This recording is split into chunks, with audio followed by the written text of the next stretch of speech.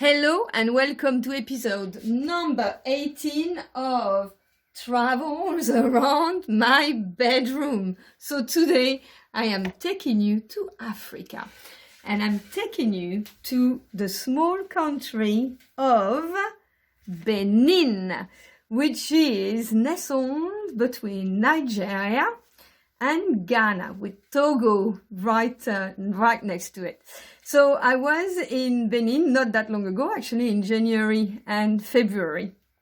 And I was there to develop new experiences for tourists in the north of the country, in a place called the Penjari National Park, which is a really lovely park that very few people know about, so you get a wonderful little exclusive experience when you get there.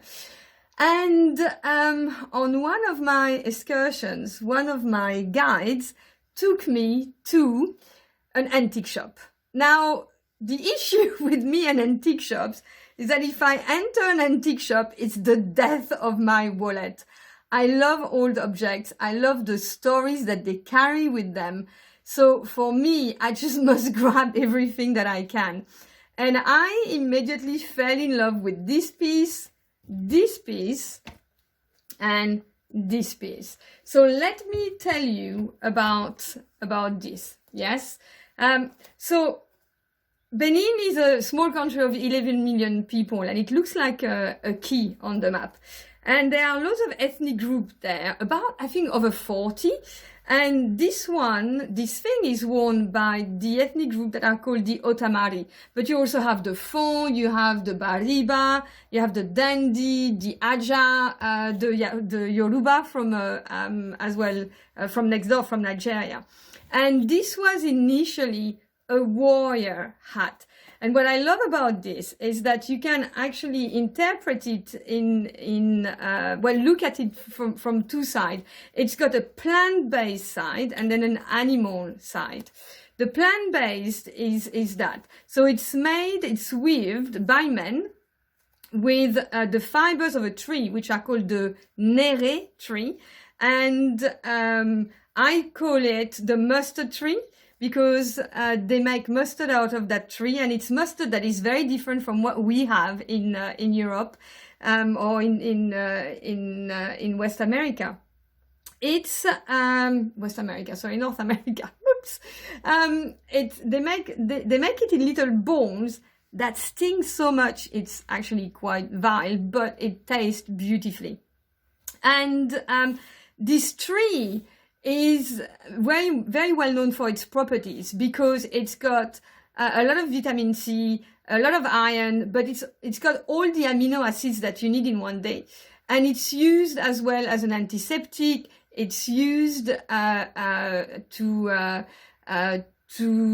be a tonic, as a diuretic. It's used if you have bronchitis. So it's got very healing and medicinal property as well.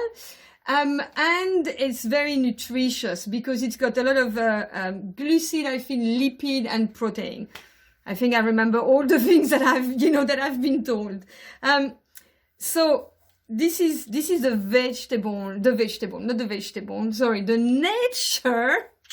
nature-based side of it. And then you have the animal side. And what I love is that it's a mixture of both. So it tells you about nature just in one hat. And these are, I call them horns, but they are not, antlers, sorry. They're cub antelope antlers, and you've got a lot of them in the national park. And these are kori, or I think in English you call them cowries. And they are actually decorative here in the sense that they show how rich the man who made that helmet is, because they're like gold, they're African gold. And they used to, they were used as money, actually, in Benin, and I think across many countries in Africa. So the more you have them, the richer that person is. And obviously, the more women will want to hang out with that man, because it means that this man will be able to provide for her. And of course, when in old times when you were, in in a society where it was all about survival, being able to provide and be a very good hunter was very important. So that's also, of course, a hunting hat.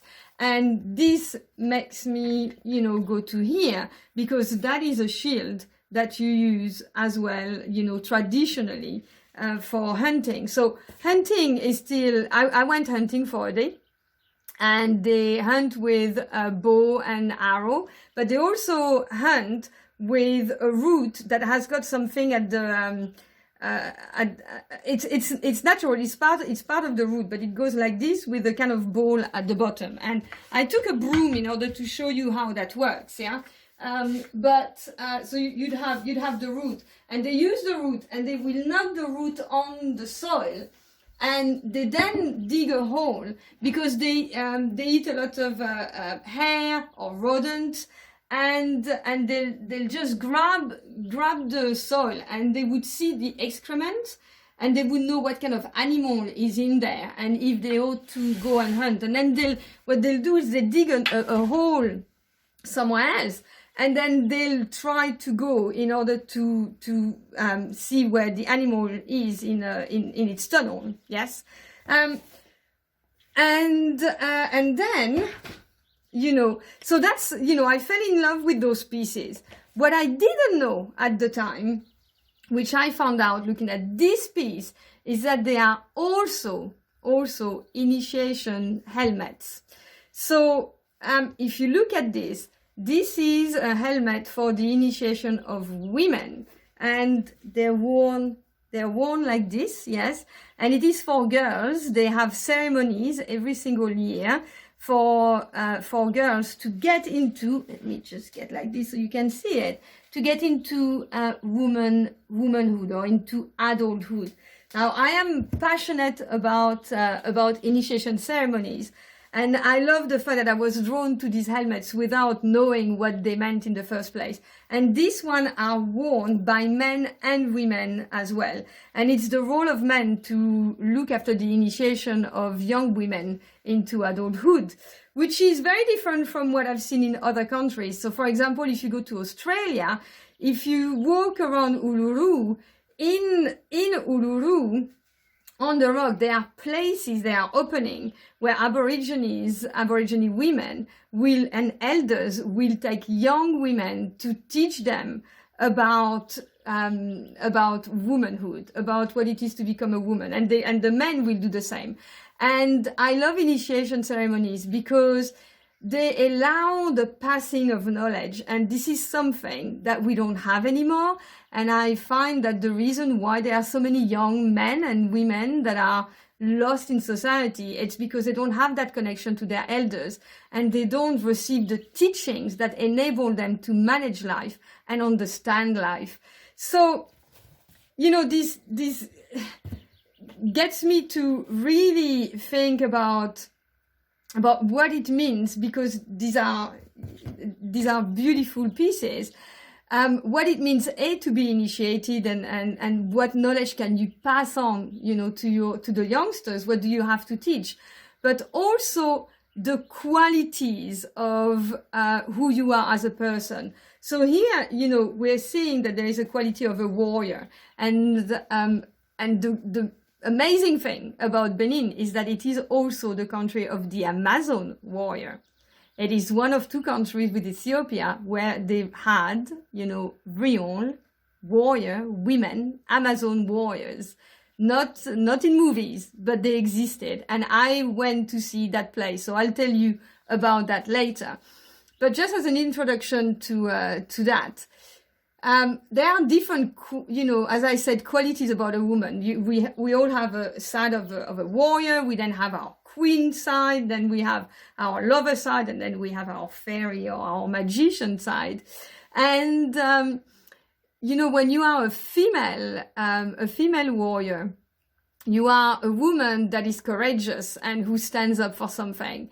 So I just wanted to finish this by reflecting on this. You know, we have a lot of time to think at the moment. And I think that it gives us all an opportunity to reflect on what it is that really matters to us, and what it is that we have the courage to stand up for.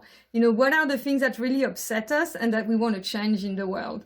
So for me, when I put on those helmets, this is how I feel. I feel like a warrior ready to make the world a better place. So I would love to know and I'm going to take that one now, what it is that you really, really care about, and what would make you go to war, but not in an aggressive manner, but in a manner that carves new roads for everyone out there.